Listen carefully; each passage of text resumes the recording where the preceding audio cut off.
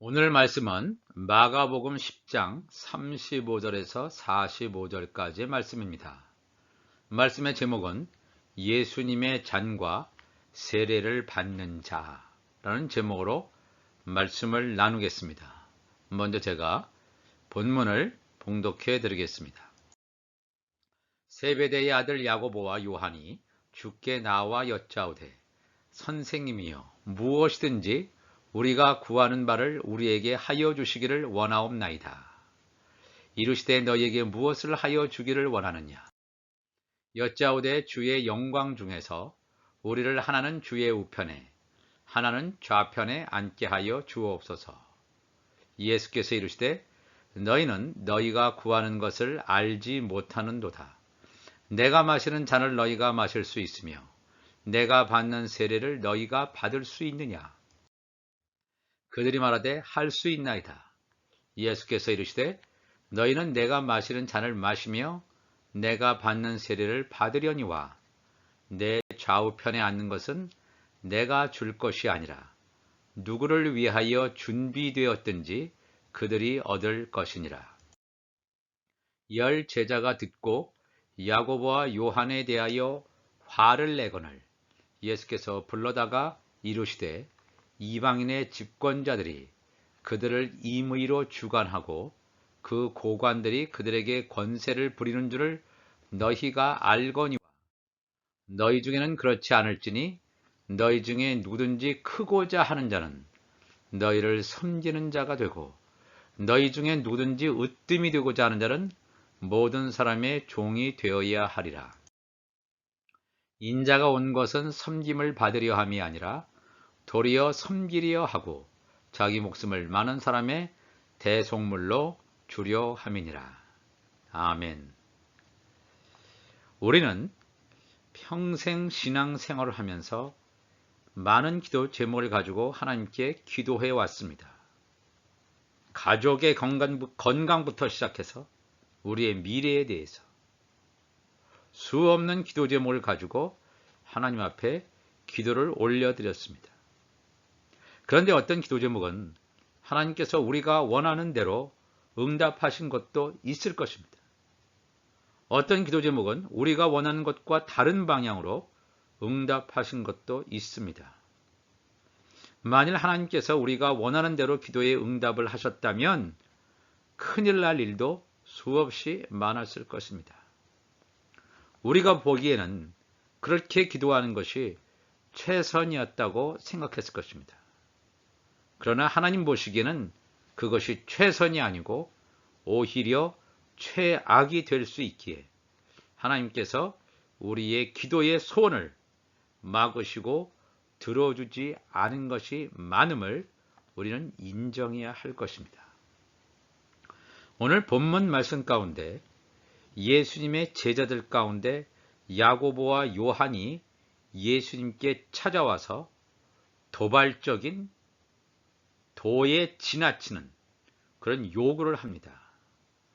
자기들이 무엇을 원하든 이루어 달라는 것이었습니다. 마가복음 10장 35절 말씀하죠. 세베대의 아들 야고보와 요한이 주께 나와 여짜오되 선생님이여 무엇이든지 우리가 구하는 바를 우리에게 하여 주시기를 원하옵나이다. 이건 소원 기도가 넘어가는 거죠. 그런데 예수님께서 이 제자들의 도를 넘는 요청에 대해서 실은 내색을 하지 않으시고 그들의 요구를 들어보시기로 합니다. 마가복음 10장 36절에 이르시되 너희에게 무엇을 하여 주기를 원하느냐? 너희들이 정말 무엇이든지 구하는 바 그것이 과연 무엇이냐? 예수님이 묻습니다. 야고보와 요한이 원하는 질문은 물론 땅에 대한 것은 아니었습니다. 그렇지만 하늘나라에서의 높은 위치를 차지하려는 영적인 야망, 영적인 교만에서 비롯된 것임을 알 수 있습니다. 마가복음 10장 37절에 여짜오되 주의 영광 중에서 우리를 하나는 주의 우편에 하나는 좌편에 앉게 하여 주옵소서. 그렇게 얘기를 합니다. 예수님께서 십자가의 길을 가신다는 예고를 틀림없이 이 제자들은 들었습니다. 그렇지만 아직 성령의 기름 부으심이 없었던 이 제자들은 그 예수님의 십자가 길을 알지 못하고 예수님이 분명히 영광스러운 자리에 가시는구나, 이렇게만 알고 있었습니다. 그렇지만 그들이 생각하는 영광과 예수님이 생각하는 영광은 전혀 다른 의미였던 것입니다. 예수님께서는 그들의 속내를 간파하시고 너희들이 내놓는 요청을 제대로 너희들이 알기나 하면서 나에게 요구하느냐라는 뜻으로 말씀하십니다. 아직 하늘나라의 비밀도 알지 못하면서 주의 우편과 좌편에 앉겠다는 허황된 야망과 주의 우편과 좌편이 무엇을 의미하는지도 알지 못하면서 너희들은 요구하고 있구나, 그런 뜻입니다. 마가복음 10장 38절 A번, 예수께서 이르시되 너희는 너희가 구하는 것을 알지 못하는도다 그랬어요. 구하는 것도 알지 못하고 제자들은 예수님께 구하고 있습니다. 우리들도 이렇게 해왔습니다. 우리가 기도하고 우리가 하는 기도 제목이 무엇인지도 사실은 알지 못하고 하나님께 때를 쓰면서 하나님께 이거 달라고 요청했던 철부지 같은 어린아이와 같은 기도를 한 적도 우리는 많이 있을 것입니다. 그래서 예수님께서 마가복음 10장 38절 B 다음에 이렇게 말씀하십니다. 예수님께서는 그들의 관심사인 주의 좌우편에 앉는 문제에서 예수님께서 마시는 잔과 세례의 문제로 질문의 내용을 바꾸셨습니다. 내가 마시는 잔을 너희가 마실 수 있으며 내가 받는 세례를 너희가 받을 수 있느냐라고 예수님께서 다시 질문을 제자들에게 던지십니다. 사실 이쯤 되면 예수님이 왜 좌우편에 앉는 것에 대한 답변을 미루시고 그들이 보기에 전혀 관련이 없어 보이는 예수님이 마시는 잔과 세례를 물어보셨는지에 대한 올바른 이해가 먼저 있었어야 했을 것입니다. 또한 예수님이 말씀하시는 마시는 잔과 세례에 대한 정확한 의미를 예수님께 물어보아야만 했을 것입니다.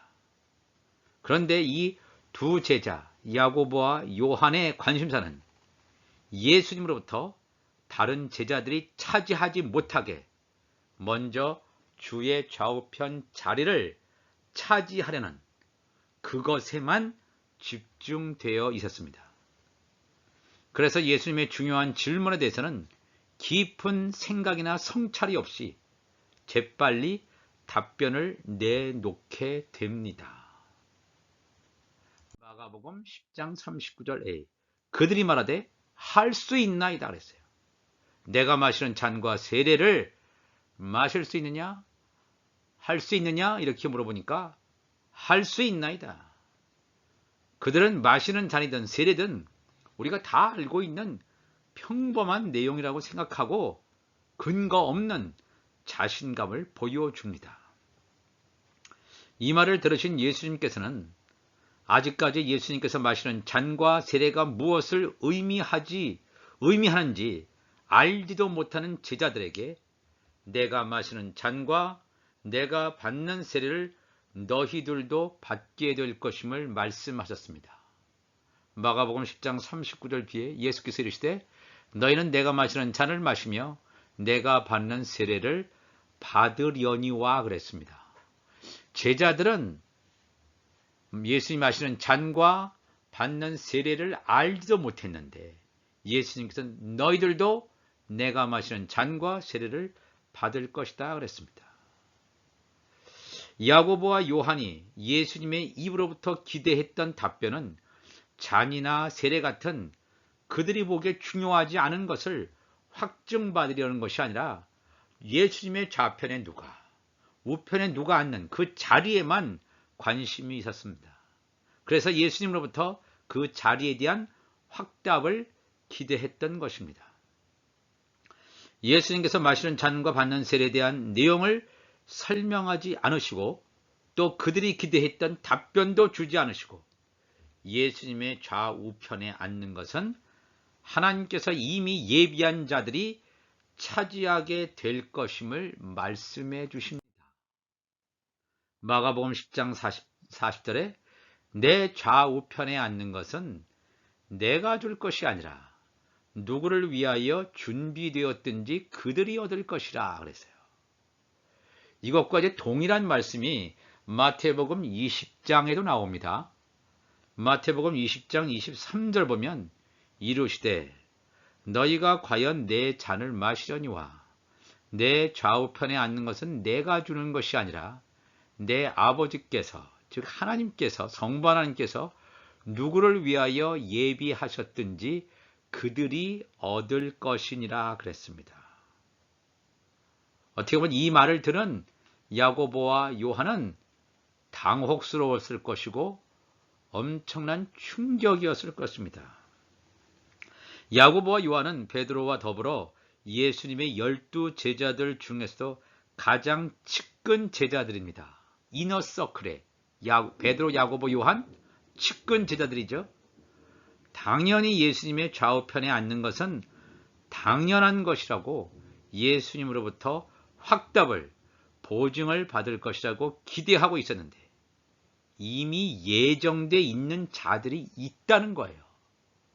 자기들의 관심, 자기들의 요청과 관계없이 하나님께서 예수님이 주는 것도 아니고 하나님 아버지께서 이미 예비했다는 것입니다. 예정되어 있다는 것.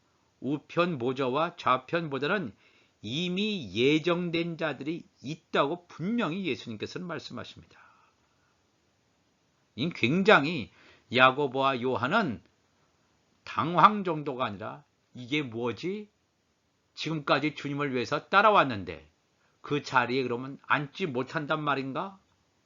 황망함, 이런 복잡한 마음이 그들 가운데 있었을 것입니다.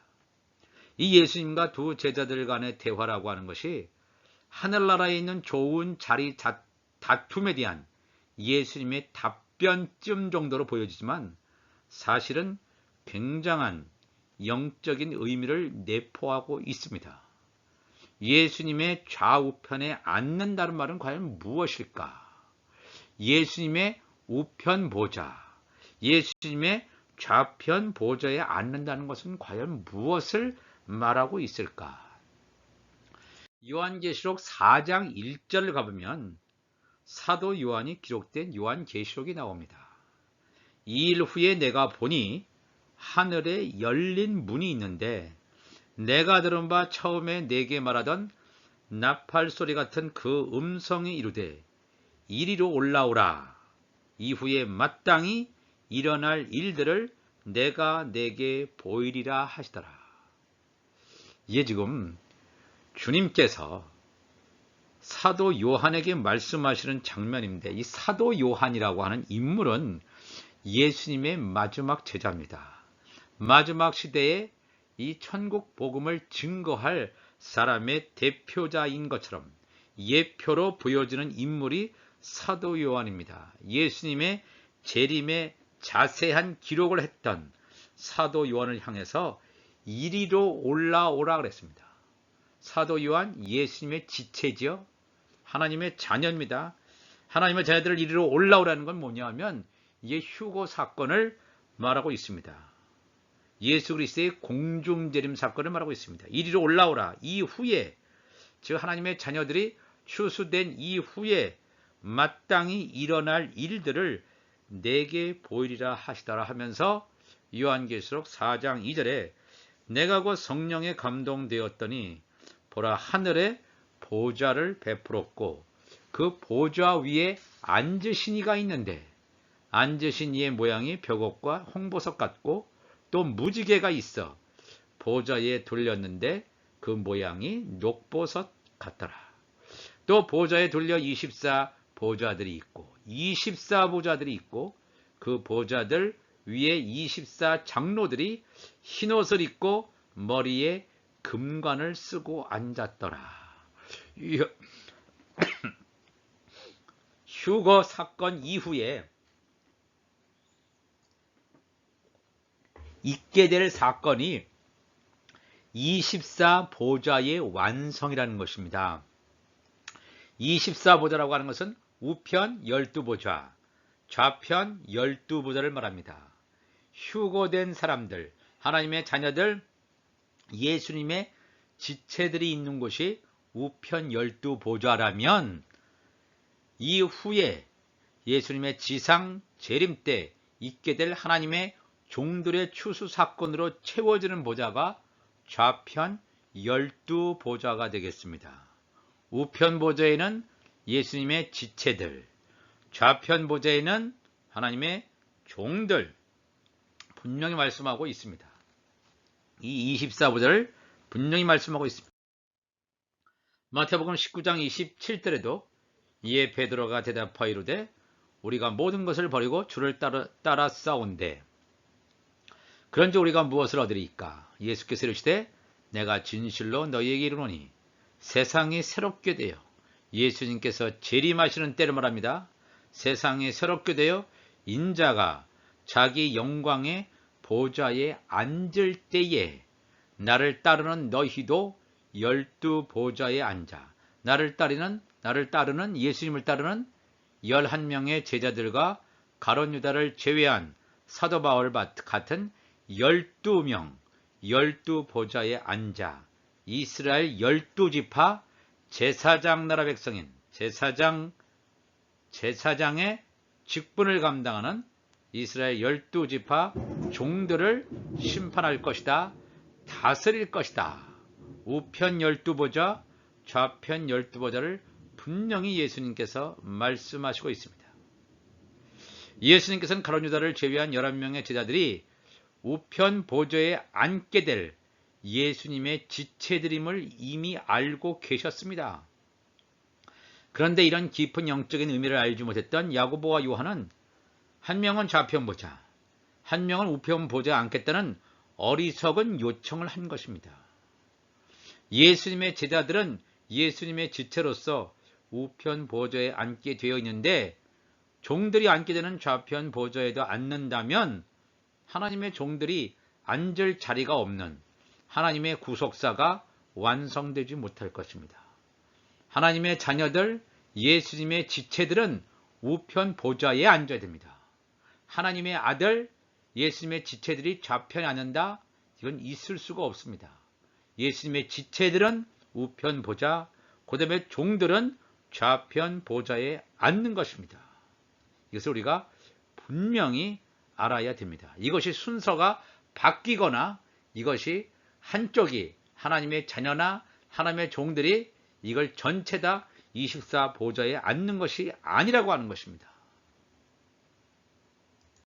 요한일서 2장 27절도 너희는 주께 받은 바 기름 부음이 너희 안에 거하나니 아무도 너희를 가르칠 필요가 없고 오직 그의 기름 부음이 모든 것을 너희에게 가르치며 또 참되고 거짓이 없으니 너희를 가르치신 그대로 주 안에 거하라.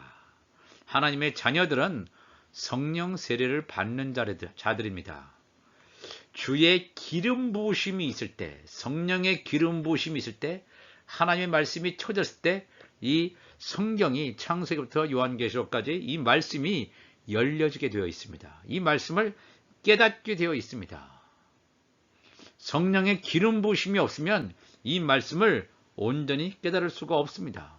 왜냐하면 마태복음 13장 34절 이후에 예수님께서 말씀하신 것처럼 예수께서 이 모든 것을 무리에게 비유로 말씀하시고 비유가 아니면 아무것도 말씀하지 아니하셨으니 이는 선지자를 통하여 말씀하신 바 내가 입을 열어 비유로 말하고 창세부터 감추인 것들을 드러내리라 함을 이루려 하심이라. 예수님이 이 땅에 오셔서 천국 복음을 전하신 것은 창세부터 하나님께서 이 천지를 만들기 이전부터의 이 모든 하늘나라의 비밀을 감추어 둔 것을 드러낸다고 했습니다. 예수님께서 드러내는데 뭘로 드러내시냐면 비유로 드러내요. 비유로 드러냈기 때문에 이 비유의 말씀을 알기 위해서는 성령의 기름 부으심이 있어야 된다는 거예요. 결과적으로 우리가 좌우편에, 예수님의 좌우편에 앉는 것보다 현실적으로 더욱 중요한 문제는 뭐냐면, 예수님께서 말씀하신 내가 마시는 잔과 내가 받는 세례의 있음을 우리는 알아야 합니다. 내가 우편 보좌에 앉아야지. 내가 하나님의 자녀니까 우편 보좌에 앉아야지. 이렇게만 사람이 생각하는데 아닙니다. 중요한 문제는 예수님이 마시는 잔, 예수님이 받는 세례에 우리가 집중해야 됩니다. 왜냐하면 예수님이 마시는 잔과 예수님이 받는 세례를 받는 자만이 우편 보좌에 앉는 자임을 예수님께서 이 말씀을 통해서 확인시켜 주셨기 때문입니다. 여기서 예수님께서 마시는 잔은 분명히 고난의 잔입니다. 앞으로 곧 닥칠 십자가의 죽음을 의미합니다. 그런데 죄가 전혀 없으신 예수님께서 왜 고난의 잔을 마셔야만 했을까요? 이것은 분명히 예수님의 지체들에게 심오한 의미를 가져다 줍니다. 여기서 말하는 예수님이 마시는 잔은 단순히 육신적 고난을 말하는 것이 아니라 말씀이신 예수님께서 주신 새 포도주를 마실 때, 즉 예수님께서 남겨주신 이 천국 말씀을 먹을 때 우리의 육이 벗겨짐으로 죽는 경험을 하게 됩니다. 그때 비로소 영이 살아나는 체험을 한다는 것입니다. 예수님께서 유월절 어린 양으로 바쳐지신 것처럼 예수님의 지체들도 육이 죽는 유월절의 경험을 해야 할 것입니다. 나의 의가 바스러지고 나의 자존심이 무참히 짓밟히는 처절한 고통과 아픔 속에서 나의 육은 서서히 죽어가는 길로 가게 됩니다. 고운 가루로 갈아지게 됩니다.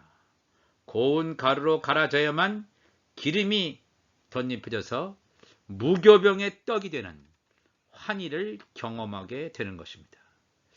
육이 갈아져서 고운 가루가 되는 잔, 그 잔을 마시는 자만이 비로소 예수님께서 요단강에서 경험하신 성령 세례, 예수님께서 받는 세례, 성령 세례를 받게 된다는 것입니다. 이 두 명의 제자들이 정말로 예수님께 감사해야 할 것은 이렇게 영적으로 무지하고 어린아이와 같은 영성을 가지고 있는데도 너희들은 하나님의 나라와 관계가 없어. 너희들이 좌우편에 앉을 생각을 하지 말아라. 이런 말을 예수님으로부터 듣지 않았습니다. 너희들은 현재는 성령의 기름 부으심이 없으므로 영적인 비밀을 깨닫지 못하지만 너희들은 분명히 내가 마시는 잔과 내가 받는 세례를 받을 것임을 예수님께서는 확증해 주십니다. 예수께서 이르시되 너희는 내가 마시는 잔을 마시며 내가 받는 세례를 받으려니와 그랬습니다. 예수님은 저들이 예수님의 지체고 우편 보좌에 앉을 것임을 분명히 알고 계십니다. 예수님은 알파와 오메가입니다. 처음이며 나중입니다. 천지창조하신 분도 예수 그리스도, 앞으로 되어져서 재림하시는 분 예수 그리스도이십니다. 예수님과 제자들의 대화를 듣고 있던 다른 제자들은 몹시 화가 났습니다. 그때 예수님께서는 세상의 권력자들, 세상의 원리에 대하여 말씀하십니다. 정글의 법칙이죠. 약육강식의 논리가 지배하는 동물의 왕국이 우리가 살고 있는 이 시대입니다. 예수께서 불러다가 이르시되 이방인의 집권자들이 그들을 임의로 주관하고 그 고관들이 그들에게 권세를 부리는 줄 너희가 알거니와, 힘 있는 자가 힘 없는 자를 향해서 강압적으로 힘을 행사해서 세상을 지배하는 동물의 왕국이 우리가 살고 있는 시대가 되겠습니다. 그런데 너희 중에는 그렇지 않을지니 너희 중에 누구든지 크고자 하는 자는 너희를 섬기는 자가 되고 너희 중에 누구든지 으뜸이 되고자 하는 자는 모든 사람의 종이 되어야 하리라. 인자가 온 것은 섬김을 받으려 함이 아니라 도리어 섬기려 하고 자기 목숨을 많은 사람의 대속물로 주려 함이니라 그랬습니다. 참 놀라운 말씀을 예수님이 하십니다. 예수님은 분명히 하나님의 유일한 독생자 아들입니다.